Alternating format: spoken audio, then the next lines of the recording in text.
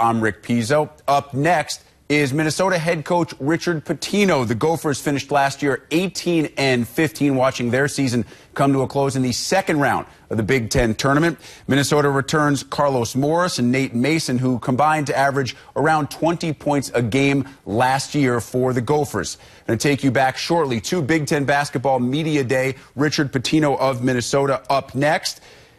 He is, I understand, now approaching the podium, so we take you back to the O'Hare Marriott and listen in. Minnesota head coach Richard Pitino.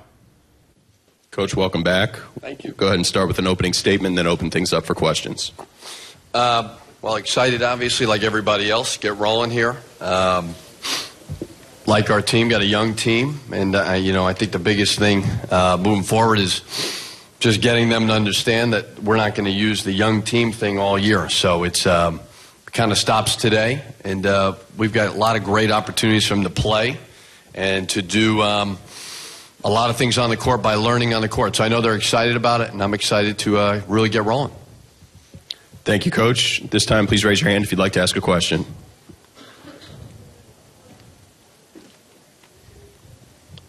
Let's go front on the aisle, left-hand side. Coach, can you just talk about the importance of the foreign trip to Spain and how much that meant for your team this year? I think the biggest thing, I don't know how much carryover basketball-wise. That's still hard to figure out. But what I think was good was for the young guys to understand how we operate just on a day-to-day basis, how we conduct ourselves in the hotel, how we warm up, how we act in timeouts in the locker room. All those things I think we don't have to address. Now we can kind of get down to fundamentals, basics, is good. Because like I said, when you have four freshmen, and all four are going to play, that's important to kind of get all that stuff out of the way and really just lock in on your next opponent, next practice. So it was good. And the guys had fun. The chemistry part of it was huge as well. Let's go on the aisle, fourth row on the left.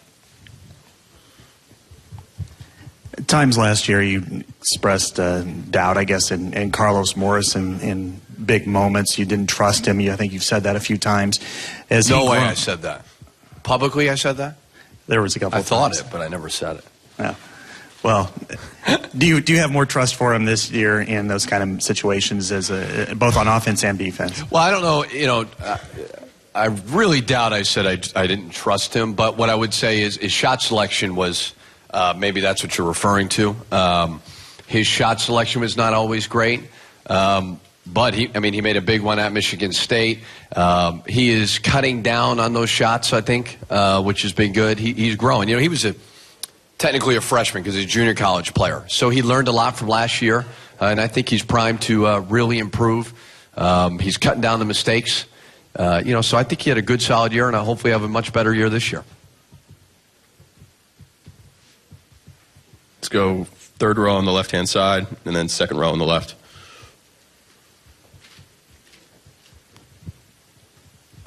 Coach, here, obviously Mo Walker is a huge loss for you guys. How are the young big men progressing, and how much of an impact, obviously, do you think they're going to have this year? Well, Bakari Konate was really progressing a lot, and then he has a stress fracture in his foot. So he's been out the last week. He'll be out about 3 more weeks. So that'll certainly hurt his growth.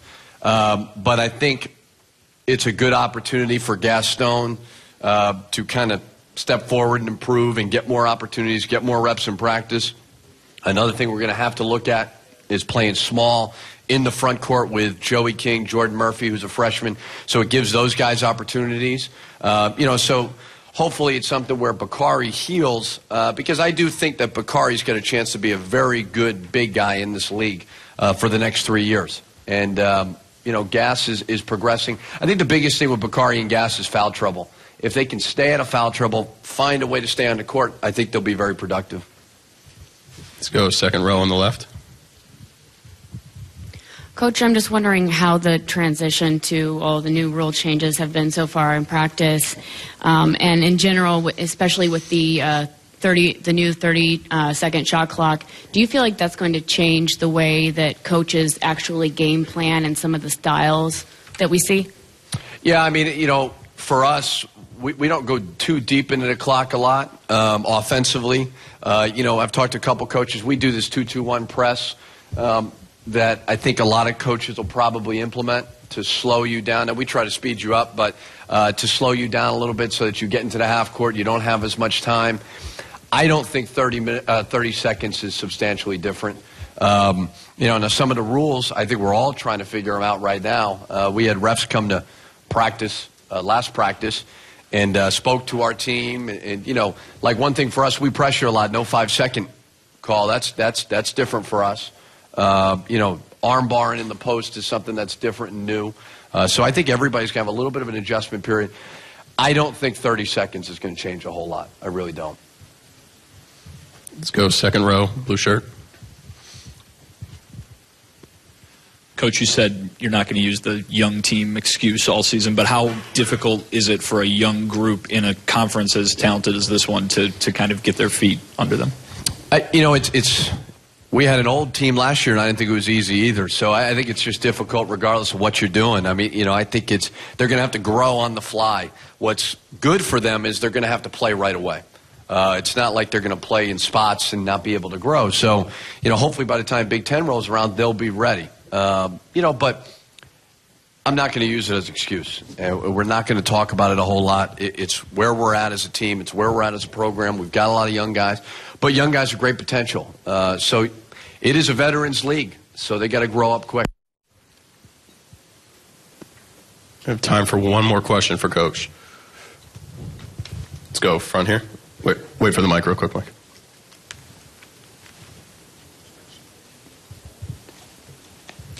Richard, how can you? Why would you say you don't think those extra 5 seconds are a difference if you do think that more coaches will be moving to the 2-2-1? I think that they will think that slowing it up is slowing it down, I guess, will be beneficial. I just don't know if it's substantially different. I don't know how many teams in our conference are playing that deep into the clock. Some are a little bit different than others. Maybe just for us, I don't see it being a difference because, we shoot pretty quickly. I mean, sometimes too quick, but I just don't know if it's – I have not sensed from the flow of our practices and our games that it has. Now, maybe once we get rolling, it'll be a little bit different.